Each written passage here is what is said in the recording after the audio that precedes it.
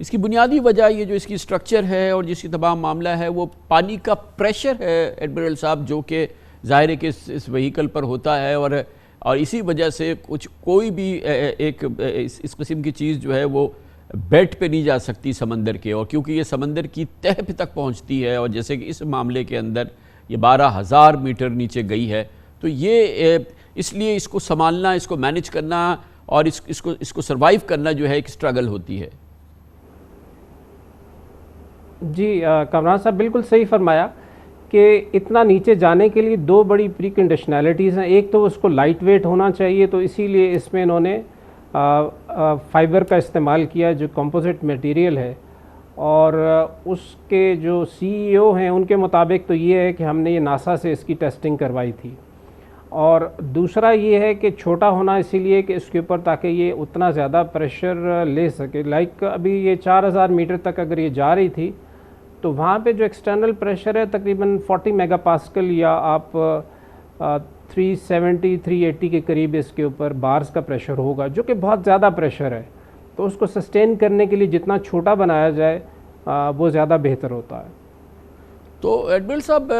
آپ تو ماشاءاللہ ایک ساری پروفیشنل کیریئر کے اندر ایک سب مرین آپ کمانڈ کرتے رہے ہیں، یہ جو سمندر کے اندر جاتے ہیں، سب مرین کی جو لیول ہے، کیونکہ ہم بار بار اس کو سب مرین کہہ رہے ہیں کیونکہ سبمرسیبل کا ہمارے پاس اردو میں ترجمہ نہیں ہے، اس کے فلوٹ میں اور اس کے سفر میں اور سبمرسیبل میں تو زمین آسمان کا فرق ہوا نا؟ جی بالکل، آپ صحیح کہہ رہے ہیں کہ اب جس طرح اب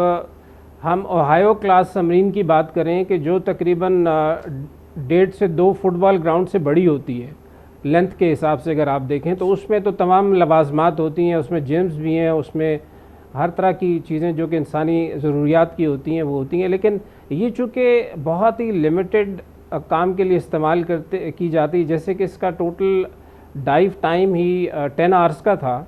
تو اس میں اسی حساب سے اس کے اندر جو ریسکیو سے ریلیٹڈ یا باقی چیزیں ہیں وہ منیمائز کر دی جاتی ہیں۔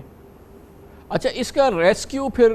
کیسے؟ یہ تو ممکن نہیں ہے کیونکہ اس لیول تک کوئی چیز جا ہی نہیں سکتی، تو پھر اس کو سیلویج کرنا، اس کو وہاں سے نکالنا، ایڈمرل صاحب یہ تو آلموسٹ امپاسبل ہے، اور کیا ایسے واقعات ہیں جس میں کہ اس کو ریسکیو کیا جا سکا ہو، مگر وہ کیسے ممکن ہے؟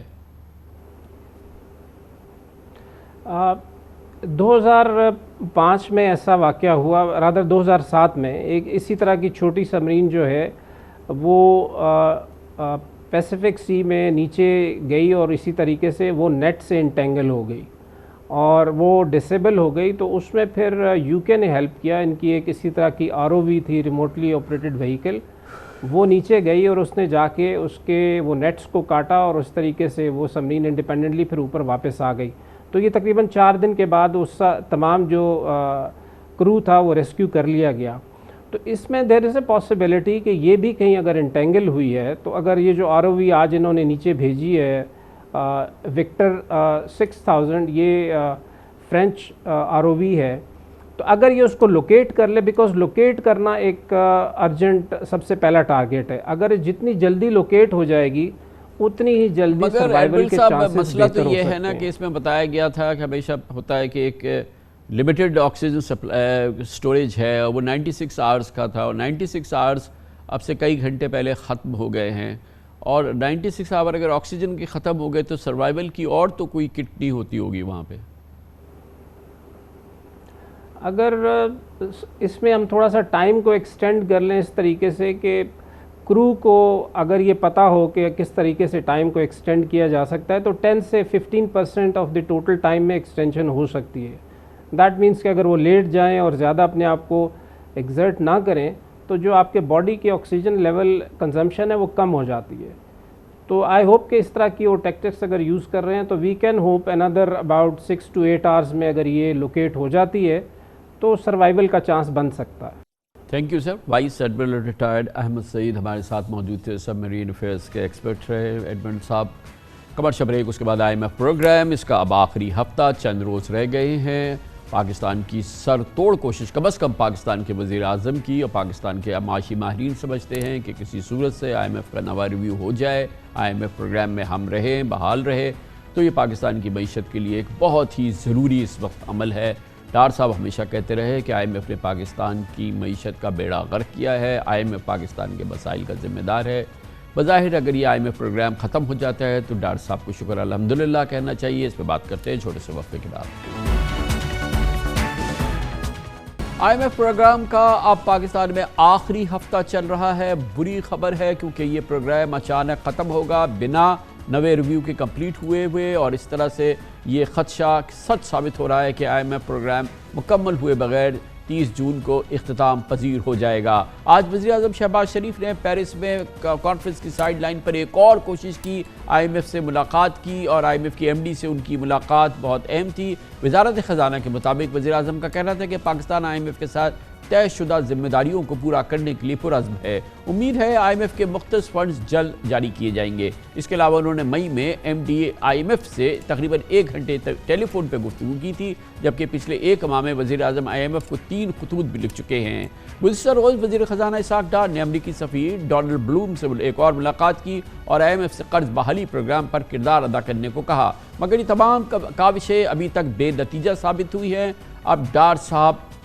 شکر الحمدللہ کہہ سکتے ہیں کیونکہ اس حکومت کی ناکامی میں جہاں جیو پولیٹیکل حالات اثر انداز ہوئے ہیں IMF کے پروگرام کے حوالے سے، وہیں جناب اسحاق ڈار کی بہت ہی زیادہ خود اعتمادی وقتاً فوقتاً IMF کو لتاڑنا اس کی وجہ ضرور بنا ہوگا۔ وہ کہ وزیر اعظم مسلسل یہ کہہ رہے ہیں کہ عوام کو امید دلا رہے ہیں کہ پاکستان نے IMF کی تمام شرائط پوری کر لی ہیں اور کم از کم نواں جائزہ مکمل ہو جائے گا، مگر اسحاق ڈار صاحب کی اپنی صورتحال ہے۔ یہی وہ پس منظر ہے جس میں ہم کہتے ہیں کہ کیونکہ اب IMF کا پروگرام ختم ہو رہا ہے اور اس میں کوئی بھی پیش رفت نہیں ہوئی، ڈار صاحب اس پس منظر میں جو بھی آپ کے سامنے رکھا شکر الحمدللہ کہہ سکتے ہیں، مگر صورتحال یہ ہے کہ آئندہ مالی سال پاکستان کو $25 ارب کے بیرونی قرضوں کی ادائیگی کرنی ہے جو IMF پروگرام کے بغیر حاصل نہیں ہو سکتی تھی۔ گویا اس میں کوئی شک نہیں کہ IMF کی آشیرواد کے بغیر پاکستان کے لیے ڈیفالٹ سے بچنا ممکن نہیں ہوگا۔ صرف جولائی اور دسمبر کے دوران پاکستان کو قرض کی ادائیگی کے لیے $4.7 ارب درکار ہوں گے، جبکہ اس وقت اسٹیٹ بینک کے زر مبادلہ کے ذخائر $3.5 ارب ہیں۔ یقینی طور پر اس وقت وزیر خزانہ اسحاق ڈار صاحب شدید دباؤ میں ہے اور اس کی جھلک بار بار نظر آتی ہے، اور آج ایک جھلک ہے جو پورے پاکستان کے سوشل میڈیا پہ وائرل ہو گئی ہے۔ اسحاق ڈار صاحب یقیناً بہت زیادہ برہم ہیں اور بہت زیادہ پریشان ہیں یا بہت زیادہ فرسٹریٹڈ ہیں۔ افسوسناک مناظر، اس موضوع پہ مزید بات کرتے ہیں۔ ممتاز صحافی، معاشی امور سینئر صحافی ہیں مہتاب حیدر صاحب ہمارے ساتھ موجود ہے۔ بہت بہت شکریہ مہتاب حیدر صاحب۔ یہ بتائیے گا، آخری بھرپور فیصلہ کن کوشش کی آج وزیر اعظم نے، IMF کی MD سے 1 گھنٹہ ملاقات کی پیرس میں، کچھ ہمارے پاس فیڈ بیک ہے کہ اس سے کوئی بریک تھرو ہوا ہے، کوئی فائدہ ہوا ہے، کوئی ڈیولپمنٹ ہوئی ہے؟ جی تھینک یو ویری مچ۔ بسم اللہ الرحمن الرحیم۔ دیکھیں، بنیادی طور پہ IMF ایک پبلکلی ایک سٹیٹمنٹ جاری کی تھی جو یہاں پہ ریزیڈنٹ چیف ہے، انہوں نے 3-4 چیزوں کا حوالہ دیا تھا۔ ایک، انہوں نے بجٹری جو پوزیشن ہے اس کے بارے میں کہا تھا کہ پاکستان نے ایک موقع ضائع کر دیا ہے کہ اپنی ٹیکس بیس کو براڈن کرنے کا، جو ٹیکس ایکسپینڈیچرز ہیں یا ٹیکس ایگزمپشنز جن کو کہتے ہیں ان کو ایلیمینیٹ کرنے کا، ٹیکس ایمنسٹی جس کو قرار دے دیا تھا $1 لاکھ نو کوسچن آسک والی جو ڈار صاحب پالیسی لے کر آئے تھے۔ اس کے علاوہ ایکسپینڈیچر سائڈ پہ بھی انہوں نے کہا تھا، اور ایک بڑی امپورٹنٹ بات کی تھی کہ آپ بجٹ کو ریفائن کریں تو وی ول ریمین انگیجڈ۔ اب بجٹ جو ہے وہ اپنے فائنلائزیشن کی طرف آپ کو پتہ ہے کہ بڑھ رہا ہے۔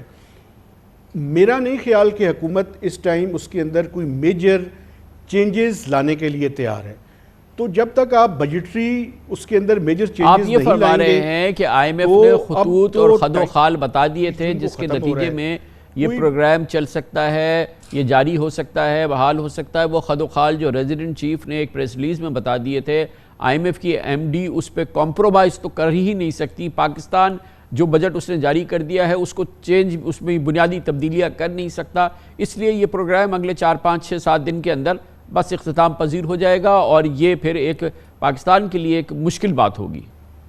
جی بالکل آپ ٹھیک کہہ رہے ہیں، چونکہ اس کی وجہ یہ ہے کہ جب یہ بجٹ کا ہم فائنل کر لیں گے اور پارلیمنٹ اس کو اپروو کر دے گا، تو اس کے بعد آپ کو پتہ ہے کہ 30 جون کو تو ویسے ہی اس پروگرام کا پیریڈ ختم ہو رہا ہے، یہ پروگرام تو ختم ہو رہا ہے اور اب کوئی معجزہ ہی اس کو بچا سکتا ہے، چانسز اس کے بالکل ختم ہیں۔ لیکن ایشو یہ ہے سر کہ اگلے مالی سال کے پہلے 4 سے 5 ماہ کے دوران جو ہم نے ڈیٹ ری پیمنٹس کرنی ہیں وہ برج فائنینسنگ کہاں سے آئے گی؟ آپ کو پتہ ہے کہ 12 اگست کو اس گورنمنٹ کا ٹینیور ختم ہو رہا ہے. اگر کیئر ٹیکر سیٹ اپ آ جاتا ہے, وہ care taker set up I M F کا پروگرام نیگوشیٹ شروع تو کر سکتا ہے, لیکن شاید فائنلائز ان کے عرصے کے دوران نہ ہو. تو یہ کوئی تقریباً, میں رول اوور کو چھوڑ کر آپ کو جو بتا رہا ہوں, کوئی $4 to 6 بلین پاکستان کو چاہیے ہوں گے. اور ابھی آپ کو پتہ ہے کہ ہمارے فارن ایکسچینج ریزروز اگر آج کا ڈیٹا آپ لیں تو کوئی $3.5 بلین پہ کھڑے ہیں. اس میں $300 ملین جو چائنیز نے ری فائنینس کر دیے ہیں, وہ ڈیٹا شامل نہیں ہے, وہ اگلے جو اس کا ریلیز کرے گا اسٹیٹ بینک اس میں آ جائیں گے. تو تقریباً $4 بلین پہ ہم تقریباً $4 بلین پہ کھڑے ہوں گے. ہماری ری پیمنٹس کی ریکوائرمنٹس زیادہ ہیں. یہ برج فائنینسنگ کہاں سے ہوگی؟ اور اگر خدا نہ خواستہ برج فائنینسنگ نہیں ہوتی تو پھر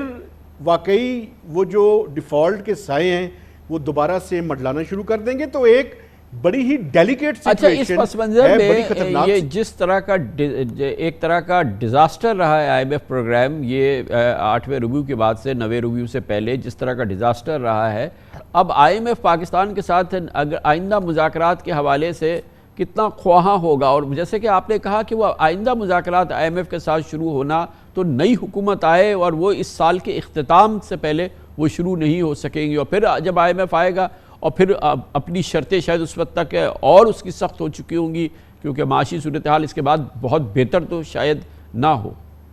جی بالکل ٹھیک کہہ رہے ہیں آپ, لیکن اصل میں سر مسئلہ یہ ہے کہ کچھ عرصہ قبل جو پاکستان میں ریزیڈنٹ چیف ہیں آئی ایم ایف کی, ہم چند جرنلسٹ نے ان سے پوچھا تھا کہ کیا آپ اگر کیئر ٹیکر سیٹ اپ ہو تو کیا آپ اس سے بات چیت کے لیے تیار ہیں؟ تو انہوں نے کہا تھا کہ ہم بات چیت کے لیے تیار ہیں. اور ایک ماضی میں آپ کو یاد ہوگا معین قریشی صاحب کے زمانے میں کوئی 95-96 میں ایک پروگرام فائنل ہوا تھا. شاید ابھی تو نہ ہو, لیکن نیگوسیشن سٹارٹ ضرور ہو سکتی ہیں, اور جو پروگرام ہوگا وہ تو ڈیفینیٹلی الیکشن کے بعد جو حکومت مینڈیٹ لے کر آئے گی وہی آئی ایم ایف کے ساتھ پروگرام کو فائنل کرے گی. اور اگر یہ پروگرام ناکامی کی صورت میں 30 جون کو ختم ہوتا ہے تو آئی ایم ایف کی شرائط ڈیفینیٹلی وہ بہت سا فرنٹ لوڈڈ پروگرام کر دیں گے. یعنی پہلے وہ شرائط ہم پوری کریں گے, اس کے بعد وہ ہمیں پروگرام میں لے کر جائیں گے. تو ایک مشکل صورتحال ہوگی جو حکومت مینڈیٹ لے کر بھی آئے گی, تو اس کے لیے بھی کوئی پھولوں کا سیج نہیں ہوگا پاکستان کی اکانومی کو چلانا. یقیناً. بہت بہت شکریہ مہتاب حیدر صاحب ہمارے ساتھ موجود تھے. کمرشل بریک اس دوران نیوز ہیڈ لائنز دیکھیں, جس کے بعد ہم اپنے پروگرام کے باقی حصے کے ساتھ واپس آئیں گے.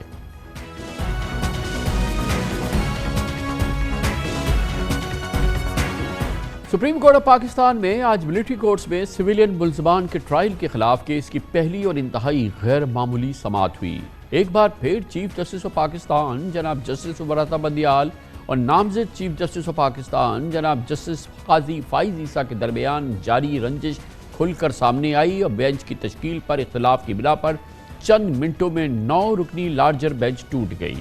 جسٹس قاضی فائز عیسیٰ اور جسٹس سردار طارق مسعود بینچ سے اٹھ گئے اور 9 رکنی بینچ آنن فانن 7 رکنی رہ گئی. کورٹ نمبر 1 میں سماعت کی ابتدا میں ہی اس وقت دلچسپ صورتحال پیدا ہوئی جب درخواست گزار کے وکیل لطیف کھوسا روسٹرم پر آئے اور کچھ گزارش کرنا چاہیے. تو جسٹس قاضی فائز عیسیٰ نے کہا کہ اٹارنی جنرل صاحب آپ آئیں, میں آپ سے کچھ گزارشات کرنا چاہتا ہوں. لطیف کھوسا نے کہا کہ میں اپنی خوشی کا اظہار کرنا چاہتا تھا. جسٹس فائز عیسیٰ نے ریمارکس دیے کہ خوشی کے اظہار کرنے کا فورم نہیں. جسٹس فائز عیسیٰ نے ریمارکس دیے کہ کل شام انہیں کاز لسٹ دیکھ کر تعجب ہوا. جو درخواست رات گئے موصول ہوئی اس میں چیئرمین پی ٹی آئی کی بھی پٹیشن ہے. جسٹس فائز عیسیٰ نے کہا کہ وہ یہ کیس سننے سے انکار نہیں کر رہے بلکہ لارجر بینچ میں شامل ہونے سے معذرت کر رہے ہیں, کیونکہ وہ اس بینچ کو بینچ تصور ہی نہیں کرتے. ان کا کہنا تھا کہ میرا موقف ہے کہ جب تک پریکٹس اینڈ پروسیجر بل کا فیصلہ نہ ہو جائے تب تک میں کسی بینچ میں نہیں بیٹھ سکتا.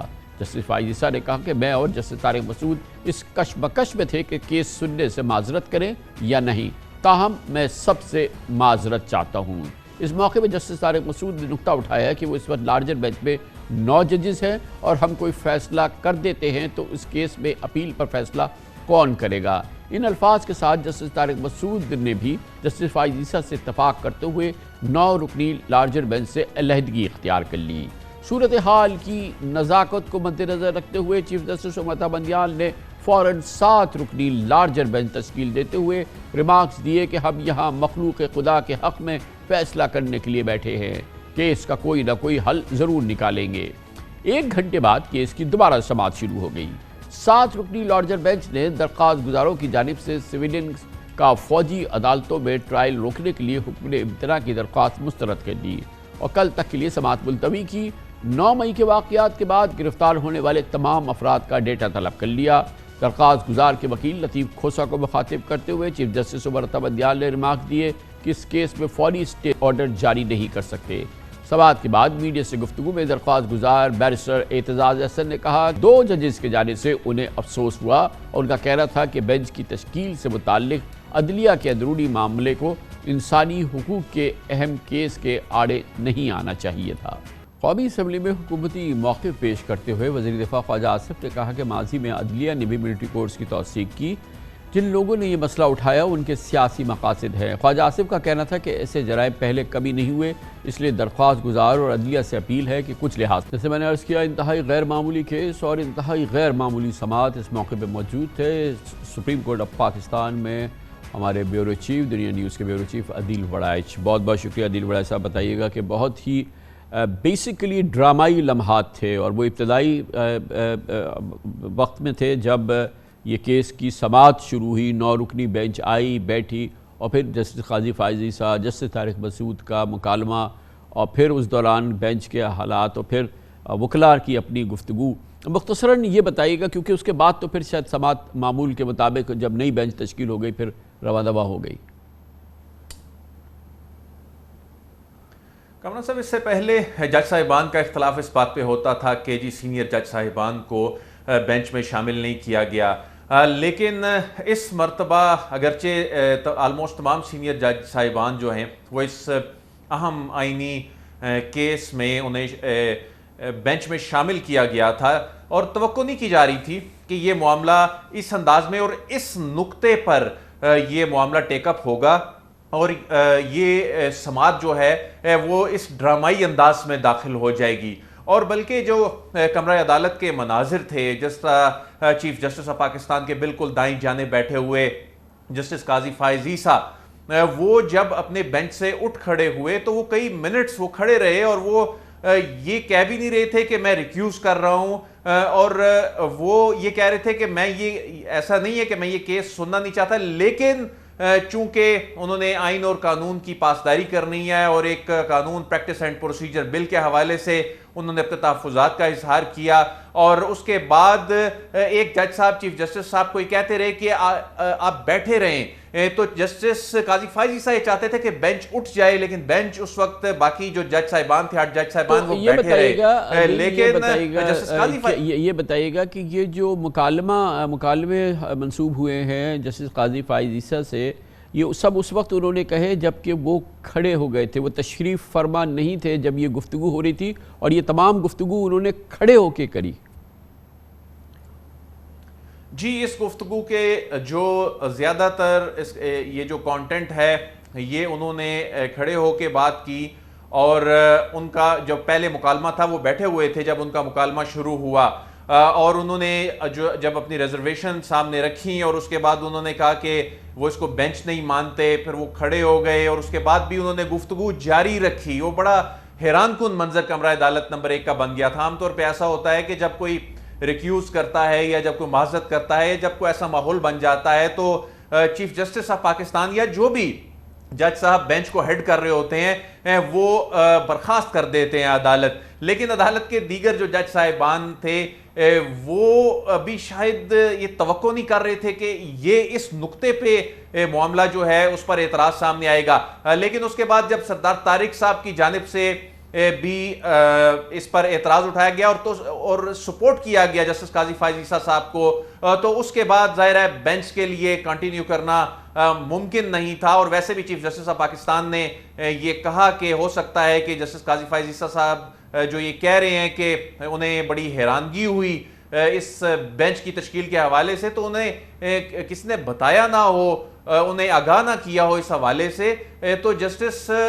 سردار طارق اور جسٹس قاضی فائز عیسیٰ کے اٹھنے کے بعد چیف جسٹس صاحب نے کہا کہ پھر ہماری یہ روایت ہے کہ جب کوئی اس انداز میں کوئی اعتراض کرے تو پھر اس کے بعد یہ اٹھنے کے بعد چیمبر میں جا کے جو تحریری حکم لکھوایا گیا وہ ابھی تک سامنے نہیں آیا. یہ بھی بڑا اہم ہوگا کہ وہ تحریری حکم نامے میں کیا چیز سامنے آتی ہے. مجھے یہ بتائیے کہ پھر جسٹس فائز عیسیٰ اٹھے اور پھر اس کے بعد جسٹس طارق مسعود صاحب نے اپنی ریمارکس دیے اور پھر اس کے بعد پھر چیف جسٹس صاحب نے پھر کہا کہ پھر اس میں بریک کیا اور پھر پوری بینچ ایک ساتھ اٹھ کے چلی گئی، جسٹس فائز عیسیٰ اور جسٹس طارق مسعود پہلے چلے گئے. یہ کس طرح سے ہوا؟ جی جب جسٹس قاضی فائز عیسیٰ اٹھ کے وہ اس بات کا انتظار کر رہے تھے کہ بینچ اٹھے اور اس پہ کچھ منٹس لگ گئے، وہ بڑی عجیب و غریب صورتحال بن گئی. تو پھر جیسے سردار طارق نے بھی جب اس پہ اعتراض کر دیا، ان کی سپورٹ کر دی، پھر سارے بینچ کو اٹھ کر جانا پڑا، کیونکہ پھر چیف جسٹس یہ ڈیسیژن لے چکے تھے کہ اب یہ بینچ جو ہے آگے نہیں چلے گا، جو سپریم کورٹ کی روایت بھی ہے. اس دوران ایک اور بھی یہ اس منظر میں ایڈیشنل کلر یہ تھا کہ جو ہم نے رپورٹنگ دیکھی ہے کہ جج صاحب جسٹس فائز عیسیٰ صاحب فرما رہے ہیں، گفتگو ہو رہی ہے، اور اسی دوران اعتزاز احسن صاحب بھی ان سے مخاطب تھے یا جناب لطیف کھوسہ صاحب بھی ان سے مخاطب تھے. تو وہ اپنی نشستوں پر یا وہ آ کے کھڑے ہو گئے اور پھر یہ آپسی مکالمہ شروع ہوا جسٹس فائز عیسیٰ اور اعتزاز احسن صاحب کا. بالکل ابتدا میں ہی یہ مکالمہ شروع ہو گیا. اعتزاز احسن جو ہیں جہاں وکلا کی نشستیں ہوتی ہیں بالکل جج صاحبان کے سامنے وہاں بیٹھے تھے، اور لطیف کھوسہ جو ہیں وہ روسٹرم پر موجود تھے، اور انہوں نے جب چیف جسٹس نے کہا کہ آپ کو دیکھ کر خوشی ہوئی، اور اس کے بعد جسٹس قاضی فائز عیسیٰ نے یہ کہا کہ وہ اپنی کچھ آبزرویشنز جو ہیں وہ سامنے لانا چاہتے ہیں. تو لطیف کھوسہ صاحب نے اس بات کی اجازت مانگی کہ وہ اس حوالے سے انہوں نے کہا کہ ہمیں بھی خوشی کا اظہار تو کرنے دیں. تو جسٹس قاضی فائز عیسیٰ کی جانب سے کہا گیا کہ یہ کوئی ایسا سیاسی فورم نہیں ہے، یہ ایسا فورم نہیں ہے، یہ آپ باہر جا کر بھی کر سکتے ہیں. اور اعتزاز احسن صاحب نے یہ کہا اپنی نشست پہ کھڑے ہو کے کہ یہ آپ کے گھر کا معاملہ ہے، آپ کے یہ جو اندرونی جو اختلافات ہیں، اور انہوں نے کہا کہ باہر سے حملہ ہو رہا ہے. تو اس معاملے پہ بھی مکالمہ ہوا جسٹس قاضی فائز عیسیٰ کا. تو لیکن اس ساری صورتحال کے دوران جسٹس قاضی فائز عیسیٰ نے ان کو زیادہ بولنے کا موقع نہیں دیا، اور سارا جو توجہ کا مرکز وہ خود بن گئے. اور اس کے بعد جب سردار طارق نے ان کو انڈورس کر دیا، ان کو سپورٹ کر دیا، تو اس کے بعد وہ پروسیڈنگ جو ہے وہ وہیں پر رک کے رہ گئی. اور اس کے بعد بہت شکریہ. یہ تھا آنکھوں دیکھا حال، آج کی انتہائی غیر معمولی سماعت اور ایک اور باب رقم ہوا ہے سپریم کورٹ کی تاریخ کا، جس میں کہ بے پناہ اس قسم کے معاملات ہیں. افسوس صد افسوس. اس پوری صورتحال پہ مزید بات کرتے ہیں. آج کی اس معاملے کا آئینی قانونی تجزیہ لیتے ہیں. ہمارے ساتھ موجود ہیں بیرسٹر سعد رسول اور جناب عبد المعیز جعفری، دونوں لاء افیئرز کے ایکسپرٹس ہیں. بہت بہت شکریہ. پہلے سعد رسول صاحب آپ بتائیے گا، انتہائی غیر معمولی صورتحال، چیف جسٹس آف پاکستان، نامزد چیف جسٹس آف پاکستان ایک بینچ میں بیٹھے ہیں ایک طویل عرصے کے بعد، اور اس کے بعد اس پر اس کی ڈیولپمنٹ ہوتی ہے، کلائمیکس ہوتا ہے، اور پھر ایک ڈراپ سین ہوتا ہے. اس کیس کے پہ کیا اثرات ہوں گے اس کے، جس کی ابتدا اس طرح سے ہوئی ہے اور وہ خود ایک بڑا امپورٹنٹ کیس ہے؟ جی خان صاحب، اور آئی ایم شیور کہ کیس کے قانونی پہلو کے اوپر تو ہم کسی وقت بات کریں گے اس نشست میں، لیکن جو آپ نے ابتدائی سوال پوچھا یہ بڑی امپورٹنٹ اہمیت کا ہے.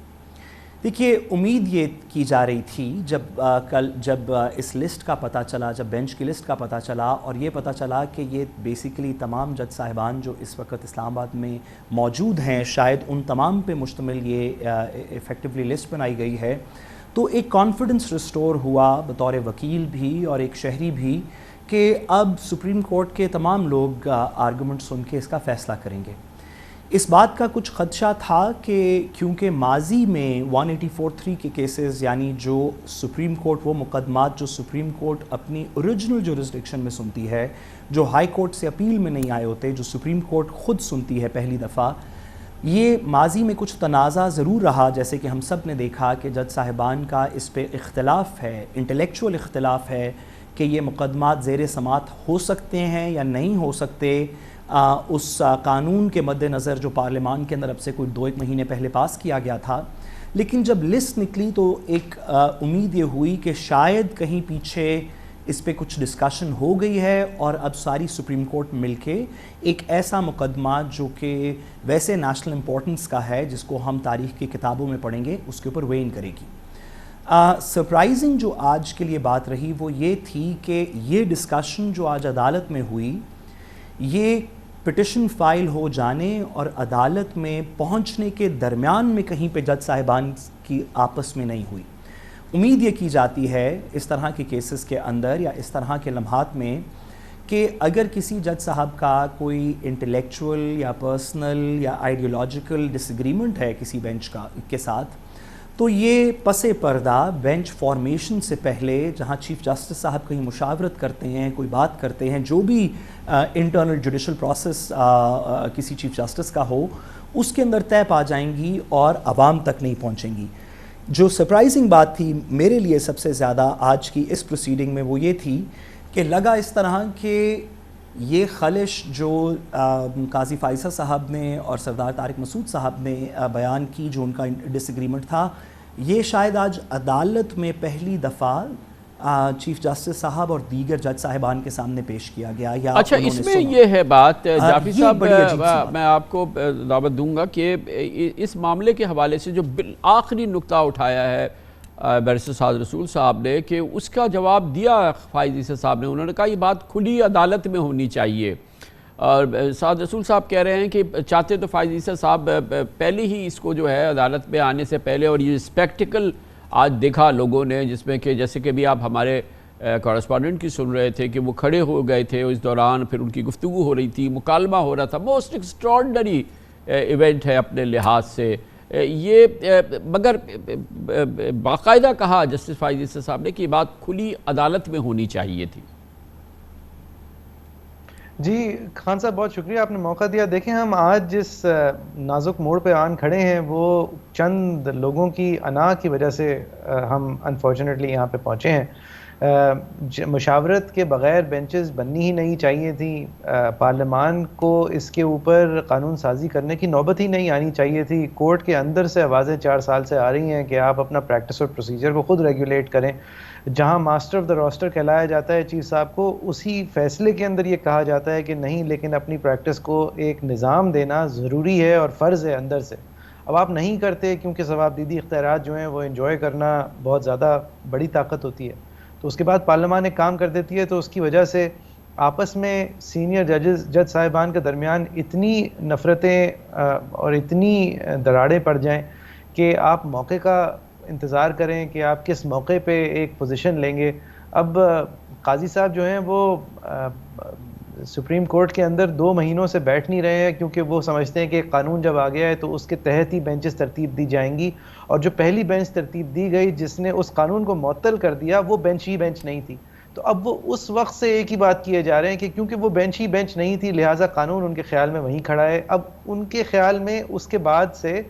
2 مہینے سے سپریم کورٹ کے اندر کوئی بینچ ہی نہیں بنی، سپریم کورٹ کے اندر کوئی قانون اور آئین کے طور پہ کارروائی ہی نہیں ہوئی۔ اب وہ اس پوزیشن پہ کھڑے ہیں، حالانکہ ہمارا سپریم کورٹ بہت ساری کیا ایسا ہی ہے سعد رسول صاحب کہ جو پوزیشن ہے جس کا کہ آج اعلان کیا، اس لیے کرتا آیا ہے، اس لیے جی سعد رسول صاحب جو آج جس پوزیشن کا باقاعدہ برملا اظہار کیا، وہ تو فیصلہ دے چکے ہیں جسٹس فائز عیسی کہ یہ اس کے بعد سے جب سے وہ ان کا فیصلہ آیا ہے، یہ بینچ ہی نہیں ہے، جو اس حوالے سے پھر جو بھی اس پہ کارروائی ہوئی، تو کیا جسٹس فائز عیسی صاحب کا یہ موقف ہے کہ کوئی بینچ ہی نہیں تو اس کی کوئی قانونی حیثیت ہی نہیں، تو پروسیڈنگز کی کوئی حیثیت نہیں، کوئی فیصلوں کی کوئی حیثیت نہیں؟ کیا اس وقت جسٹس فائز عیسی صاحب کا یہی موقف ہے؟ جی بظاہراً دیکھیے، فائز عیسی صاحب کا جو کلیئرسٹ موقف جو ان کی اپنی زبان میں بیان کیا گیا، وہ اس مقدمے کے فیصلے کے اندر ہے جس کو خان صاحب آپ نے اسی فورم پہ کور بھی کیا تھا، جہاں پہ انہوں نے یہ اردو کے اندر بھی یہ فیصلہ تحریر کیا کہ کیوں ان کا خیال ہے کہ اس قانون کے آ جانے کے بعد، پریکٹس اینڈ پروسیجرز کے بل کے آ جانے کے بعد کیوں یہ بینچز نہیں ایگزسٹ کرتے جو 184 کے مقدمے سنتے ہیں. میری انڈرسٹینڈنگ یہ ہے، اور میں معذرت خواہ ہوں اگر اس میں کوئی غلطی ہو، لیکن میری انڈرسٹینڈنگ یہ ہے کہ قاضی صاحب 184 کے 184 والے مقدمے نہیں سن رہے، جو دیگر مقدمات ہیں جو سپریم کورٹ میں اپیل کے اندر آتے ہیں، شاید ان کی سماعت وہ کر رہے ہیں.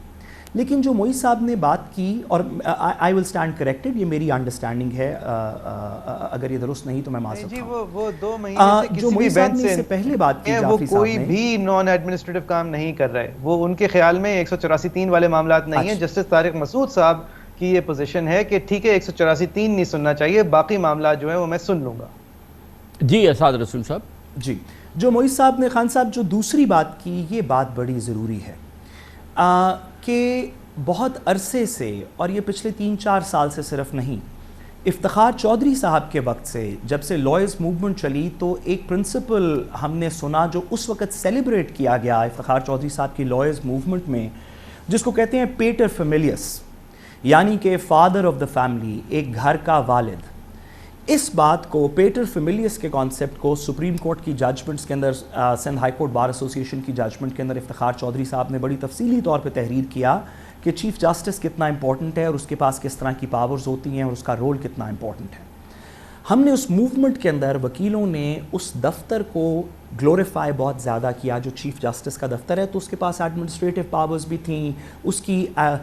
جو ڈسکریشن ہے اس کو بھی چیک نہیں کیا، اس کی ایگزیکٹو اتھارٹی کو بھی زیادہ بات نہیں کی، بلکہ اس وقت یہ والی بات کر دینی اس چودھری صاحب کی عدالت سے کنٹیمپٹ کے زمرے میں آتی تھی کہ اگر آپ نے سپریم کورٹ کی پاورز یا چیف جسٹس کی پاورز پہ بات کی تو یہ interference in independence of judiciary ہے اور ہم کنٹیمپٹ کر سکتے ہیں. آہستہ آہستہ پچھلے 10-12 سال کے اندر بہت سی سین آوازوں نے یہ بات کرنی شروع کی سپریم کورٹ کے اندر سے کہ ہمیں اس چیف جسٹس کے اختیار کو ریگولیٹ کرنا چاہیے. اور تمام جج صاحبان نے جو اس پہ ماضی پہ بات کر چکے ہیں پچھلے 10-12 سال میں، سب نے کہا کہ یہ ریگولیشن پارلیمنٹ کی طرف سے نہیں، بہتر ہو جیسے معیز صاحب نے کہا کہ عدالت خود کر لے اپنی ایڈمنسٹریٹو سائٹ پہ. یہی بات کہ عدالت کے اندر اس کی بات ہو، کہیں پس پردہ ایڈمنسٹریٹو سائٹ کے اوپر اس پہ ڈس ایگریمنٹ ہو کے ایک ہمارے سامنے سسٹم آ جائے، اسی بات کا تذکرہ آج کی ہیئرنگ کے اندر بھی ایفیکٹولی ہم کر رہے ہیں کہ کیا یہ ڈس ایگریمنٹ عوام کے سامنے اوپن عدالت میں آپ کے میرے درمیان میڈیا میں اس طرح ڈسکس ہونے چاہیے. ایک بڑا ویلڈ پوائنٹ ہے کہ ہاں ہونے چاہیے تاکہ اس پہ پبلک ڈیبیٹ ہو. اور دوسری طرف ایک موقف ہے کہ نہیں، یہ معاملات اتنے سینسٹیو ہیں اور ہم بہرحال ایک ایسے موڑ پہ کھڑے ہیں کہ یہ خلیش یا اندرونی انتشار عبد المعیز جعفری صاحب، وہ تو عوام نے اب خود بھی دیکھا اور اس کے مناظر جو ہیں وہ لوگوں کے ذہنوں میں رہیں گے. اور ابھی جیسے کہ ہم نے بیان کیا، مجھے تشویش یہ ہے کہ یہ معاملہ آج بھی ختم نہیں ہو رہا، یہ آگے چلے گا. مثال کے طور پہ یہ سماعت ہو رہی ہے، اس کا فیصلہ آئے گا، یہ بہت دور رس فیصلہ ہوگا، بہت امپورٹنٹ موضوع ہے جس پر یہ سماعت ہو رہی ہے اور کیس ہو رہی ہے. سپریم کورٹ آف پاکستان کی 7 رکنی بینچ ہے، لیکن 3 مہینے بعد یہاں پہ تبدیلی آنی ہے. چیف جسٹس کی حیثیت سے جناب جسٹس قاضی فائز عیسیٰ نے حلف اٹھانا ہے، وہ چیف جسٹس آف پاکستان ہو جائیں گے. یہ جو اس قسم کا مقدمہ جس میں کہ وہ اعلانیہ اٹھے، پبلکلی اٹھے، انہوں نے اس بینچ کو کہا یہ بینچ ہے ہی نہیں، اس کے فیصلوں کا کیا انجام ہوگا عبد المعیز جعفری صاحب؟ سر میرے خیال سے انہوں نے اس کی وضاحت کی کہ میں اس بینچ سے برطرف نہیں ہو رہا، نہ میں اس معاملے کو سننے سے انکاری ہوں. اور یہ وضاحت اہم ہے کیونکہ قاضی فائز عیسیٰ صاحب نے 21ویں ترمیم کے خلاف جو چیلنج تھا اس کے اندر ایک بہت واضح پوزیشن لی تھی کہ پارلیمان کو پارلیمان کے اختیارات کے اوپر، پارلیمان کی قانون سازی کے اوپر جوڈیشل ریویو کا حق ہے، چاہے وہ آئین سازی ہو. لیکن جو ملٹری کورٹس 21 امینڈمنٹ کے تحت ٹیررسٹ کو ٹرائی کرنے کے لیے بنائے گئے تھے، وہ آئین سے اختلاف رکھتے ہیں، وہ آئین کے خلاف ہیں. تو اس پوزیشن کو کیونکہ قاضی صاحب آلریڈی لے چکے ہیں، جواد خواجہ صاحب نے بھی اس زمانے میں لی تھی یہ پوزیشن، کل ملا کے 4 ججز نے یہ ایک انتہائی پوزیشن لی تھی. اس کے علاوہ آصف سعید کھوسہ صاحب نے بھی ایک لگ بھگ اس طرح کی پوزیشن لی تھی. تو قاضی صاحب اپنے پرانے پوزیشن پہ بھی قائم ہیں اور اس بات کو بھی وہ واضح کر رہے تھے کہ میں آج بھی اس کو ایک دفعہ پھر سے سننے سے قاصر نہیں ہوں، میں صرف اس بینچ کی لیجیٹمیسی کو سوال اٹھانا چاہتا ہوں، کیونکہ میں یہ سوال تواتر سے اٹھاتا آیا ہوں کہ جب سے وہ قانون بن گیا، جو